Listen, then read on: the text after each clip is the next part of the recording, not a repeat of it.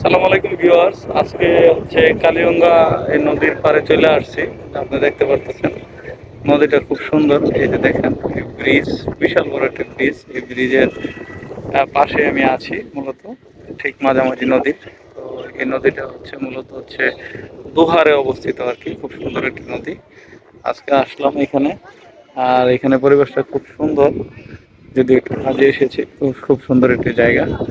তো আপনারা দেখতে পাচ্ছেন যে এই যে গঙ্গা নদী, বিকাল হলে এখানে মনে হয় অনেক মানুষের সমাগম হয়, কিন্তু ব্রিজটা দেখতে অনেক সুন্দর লাগছে। দেখ, খুব সুন্দর একটি জায়গায় আসছি এখন। এটা কি নদী ভাই? কালীগঙ্গা। কালীগঙ্গা নদী। আর ফুসফাস নিচে